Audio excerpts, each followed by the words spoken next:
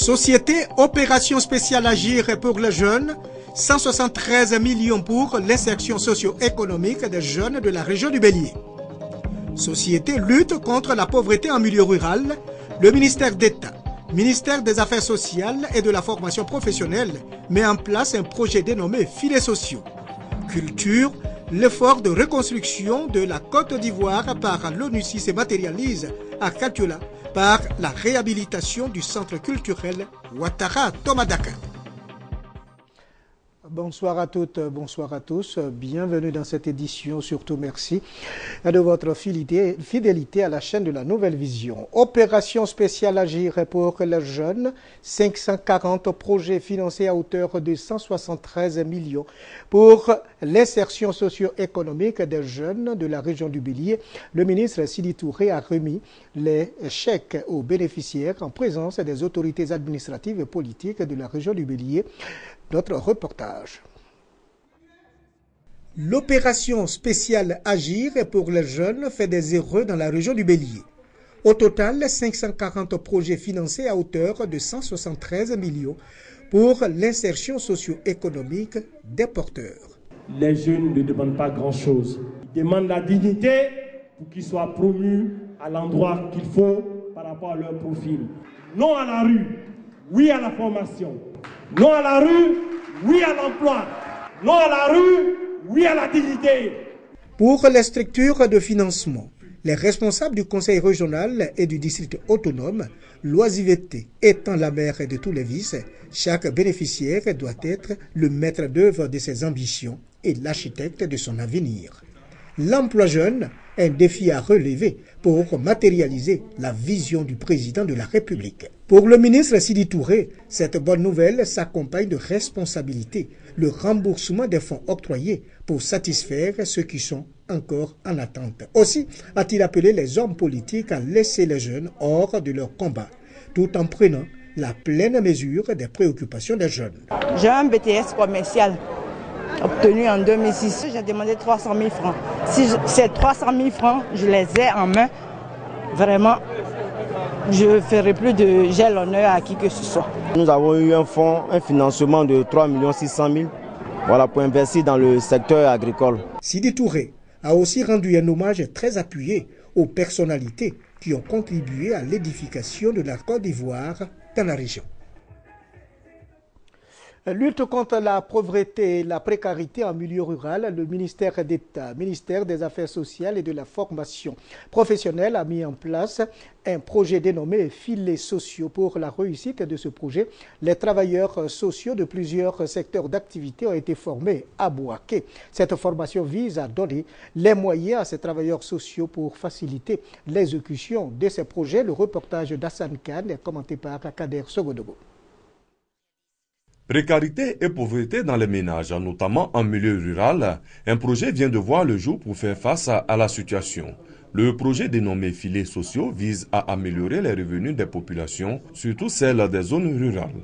À Bouaké, un atelier de renforcement des capacités a réuni les travailleurs sociaux. Une initiative du ministère d'État, ministère de l'Emploi, des Affaires sociales et de la formation professionnelle. Objectif, outiller ces acteurs sociaux pour la bonne marche du projet. C'est un projet qui va permettre d'allouer des ressources aux ménages en situation d'extrême pauvreté. À travers ce projet, les fondements d'un système national de filets sociaux va donc permettre au gouvernement et à l'ensemble des acteurs de la protection sociale de disposer d'outils opérationnels pour faciliter le ciblage et l'identification des ménages dits pauvres. Les participants venus de plusieurs régions saluent cette initiative. À Mankono, nous sommes à plus de 60% de ménages extrêmement pauvres. Ce séminaire est le bienvenu à partir du moment où on nous donne des moyens en vue d'être beaucoup plus efficaces sur le terrain. Il y a des projets qui viennent mais qui n'aboutissent pas. Et aujourd'hui, notre prière, c'est que ce projet-là aboutisse et que les populations puissent en bénéficier. Le projet Filets sociaux a pour cible les ménages pauvres avec enfants de moins de 15 ans, y compris les femmes enceintes. Dans le cadre de la mise en place de ce projet, l'État de Côte d'Ivoire a bénéficié d'un financement de la Banque mondiale à travers l'Association internationale de développement, IDEA. Cela à hauteur de 25 milliards de francs CFA. Les populations du village de Zedebossi, c'est dans la sous-préfecture de Béoumi, ont rendu un hommage très appuyé au président de la République, Alassane Ouattara, pour avoir électrifié le village et construit une école primaire à Zedebossi. Le projet est réalisé par le programme présidentiel d'urgence PPU. La mise sous tension et l'inauguration de l'école ont donné lieu à une fête populaire. Témoin de l'événement, Soro Corona, Blaise et Charles Tatou. L'électricité, facteur de développement, est désormais une réalité dans le village de Zedebossi. Les populations souffraient de la non-électrification de leur village. Ce projet cher à la mutuelle de développement de Zedebossi a été possible grâce au programme présidentiel d'urgence, PPU. La population reconnaissante au président de la République, Alassane Ouattara, a donc initié une fête de la lumière. Le porte-parole des populations et le président de la mutuelle de développement ont rendu un hommage appuyé au président de la République. Pour avoir un site agréable répondant à cette action, les cadres ont permis le déplacement du village. Hommage a été également rendu aux pionniers de cette action de développement. Bossi a aujourd'hui l'électricité qui lui crut. Ce rêve longuement caressé est enfin devenu une réalité. Président Bossi vous dit croix. Toujours dans le cadre du PPU, Zedebossi a également bénéficié de la construction d'une école primaire de 3 classes. Ces 2 actions du gouvernement répondent aux promesses du chef de l'État, celle de changer les conditions de vie des populations. Pour nous, la lumière représente un pas important en avant pour le développement. Je ne peux que remercier Monsieur le Président de la République pour toutes les actions de développement qu'il mène pour notre village Zedebossi. Cependant, la population de Zedebossi a encore d'autres préoccupations, à savoir la construction de 3 autres classes, d'une maternité avec un dispensaire intégré et l'adduction en eau potable.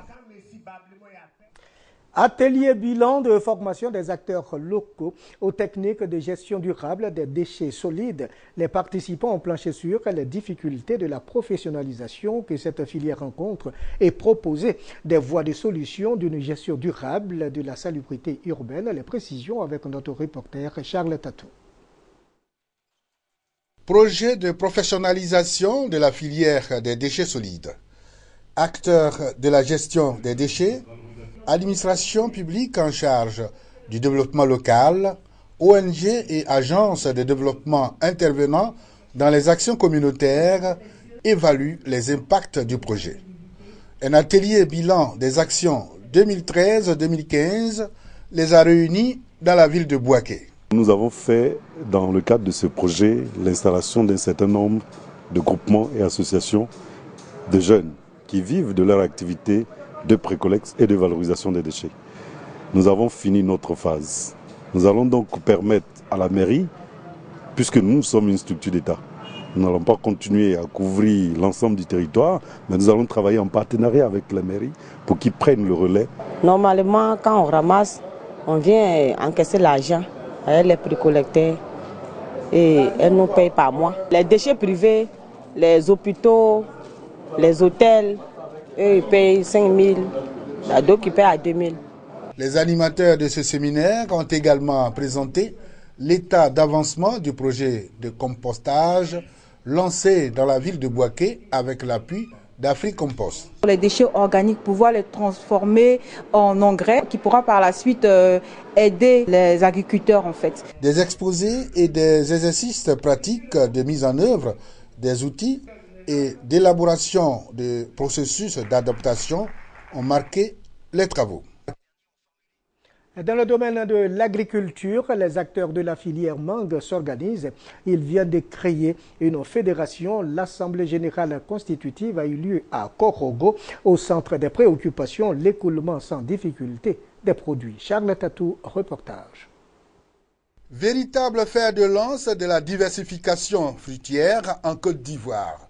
La mangue compte aussi dans le développement économique du pays.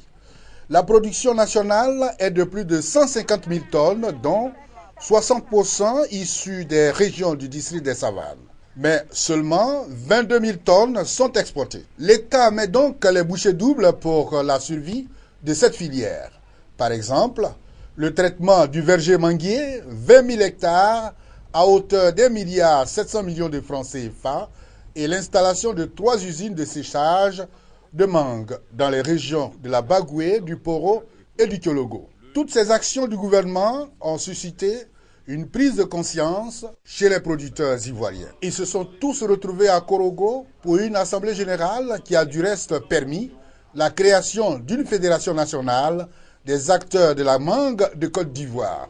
Cela pour aider l'État à les aider. Le problème que nous avons eu cette année, en 2015, on a été menacé d'embargo par l'Union européenne parce que nos produits arrivaient à un taux de procurement élevé. Nous, en tant qu'acteurs de la chose, on se devait quand même de pouvoir nous unir pour faciliter la tâche à l'État de Côte d'Ivoire, pour que la qualité de la mangue qui arrive en Europe soit vraiment une qualité irréprochable. L'objectif principal de cette organisation est de faciliter toutes les opérations concernant la collecte et le stockage, la transformation et la commercialisation de la mangue des membres. Le siège de la FENAMACI est à Korogo avec une équipe du conseil d'administration composée de 15 membres. L'opération des Nations Unies en Côte d'Ivoire continue de matérialiser son ambition de contribuer à la reconstruction de la Côte d'Ivoire. Elle vient donc de réhabiliter le centre culturel de Katiula tombé en ruine du fait de la crise. C'est donc un centre culturel réhabilité et opérationnel qui a été remis aux populations de la région du Yambol. Le reportage de Maria Kobi est commenté par Léon Broukwame. Voici le centre culturel de Katiula, un cadre de rencontre entièrement rénové. Plus donc de problèmes d'étanchéité, d'électricité, etc. Le centre culturel de Katiula est désormais fonctionnel grâce à l'opération des Nations Unies en Côte d'Ivoire, ONUCI. Elle l'a réhabilité à hauteur de 100 millions de francs CFA pour favoriser le brassage culturel et la promotion de la cohésion sociale. C'est un cadre qui doit servir pour les échanges et les dialogues entre les communautés. Nous formulons le vœu que tous ces échanges, toutes ces réunions, toutes ces rencontres aillent dans le sens de la promotion de la réconciliation nationale et du renforcement de la cohésion sociale. En recevant le nouveau centre culturel de Katiula, élus et cadres de la région du Yambol ont dit leur reconnaissance à l'ONUCI. Je voudrais d'abord dire un très grand merci à l'ONUCI. Nous sommes très heureux que ce centre culturel retrouve sa fraîcheur d'antan. Nous sommes les plus heureux vu que nous sommes les bénéficiaires de ce centre culturel réhabilité et nous comptons en faire un bon usage. Le centre culturel réhabilité de Katiula a été construit en 1979 dans le cadre des fêtes nationales tournantes. Il est tombé en ruine du fait de la crise. Fréquence Folie, l'émission de vacances de Fréquence 2 a connu son apothéose hier au centre culturel Jakaka de Bouaké avec le sacre de la commune d'Adiaké. Fréquence Folie vise à rapprocher les jeunes de Fréquence 2. La commune d'Adiaké, lauréate de la finale du jeu concours de culture générale Fréquence Folie 2015, émission produite par la radio Fréquence 2 en obtenant 132,66 points sur un total de 200. Viennent respectivement les communes de Demokro, Botro et Niablé. Une victoire que les représentants d'Adiaké dédient à leur population. Nous représentons 100 445 habitants qui appartiennent à la commune d'Adiaké. Vraiment, ce trophée leur appartient au maire qui nous a vraiment soutenus, à notre encadreur qui a mis tous les moyens à notre disposition, à nos différentes familles. 4 rubriques étaient au menu de cette compétition. Carte postale, Culturama, Ma commune et des questions portant sur le thème jeunesse et emploi pour une Côte d'Ivoire émergente. Il s'agit de rapprocher les jeunes de leur radio. Notre objectif, c'était de rapprocher la jeunesse de la radio. Nous avons créé plusieurs émissions avec plusieurs thématiques, plusieurs concepts. Aujourd'hui, vous avez vu, ils ont fait preuve d'une culture générale vraiment immense, dense. Il n'y a pas que la musique, je veux dire. Et c'est ça la jeunesse ivoirienne. C'est une manifestation qui rapproche les jeunes dans la gestion des affaires de l'État. Je pense que c'est une très bonne chose quand on sait que la Côte d'Ivoire a plus de 80% de jeunes. Fréquence Folie a bénéficié de l'appui du ministère de la promotion de la jeunesse et de l'emploi de jeunes en vue de la promotion de l'entrepreneuriat jeune. Cela à travers le projet Agir pour les jeunes initié par le gouvernement ivoirien. Le projet vise la création d'activités génératrices de revenus et l'emploi jeune. Les autorités exhortent donc les jeunes à s'approprier ce projet. Notons que le prix du meilleur organisateur est revenu à la commune de Botro. L'église Aris de Côte d'Ivoire a 100 ans. À l'occasion de la célébration de ce centenaire, une messe solennelle a été dite à Daoukro. Les fidèles sont invités à placer Dieu au centre de toute préoccupation. 100 bougies que précèdent 4 drapeaux des pays où est implantée l'église, puis des prières, des bénédictions et des louanges ont marqué la célébration du centenaire de l'église Aris à Daoukro. Place Henri Konabédié, les fidèles de l'église ont élevé le nom du Christ au plus haut des cieux. L'historique de l'église Aris et la mission d'évangélisation du prophète William Aris ont été partagés avec les invités. Nos anciens ont intercédé parce qu'il a dit « Croyez au message que je vous porte. Si vous priez, vous allez voir que très bientôt, votre pays connaîtra la souveraineté nationale, c'est-à-dire l'indépendance. » Et cela s'est réalisé. À travers ces célébrations, venir à la rencontre de nos frères et nos sœurs qui ont aussi accepté cette mission. Mamadou Traoré Sebé, parrain de la cérémonie, a félicité les dirigeants de l'église Aris pour leur engagement dans l'œuvre de Dieu afin d'amener les hommes à la tolérance et à la paix. Nous sommes tous fils, créatures du même Dieu. Je suis déjà allé à la Mecque. Je suis un alage. Si vous me voyez ici, c'est parce que j'estime que c'est l'œuvre de Dieu.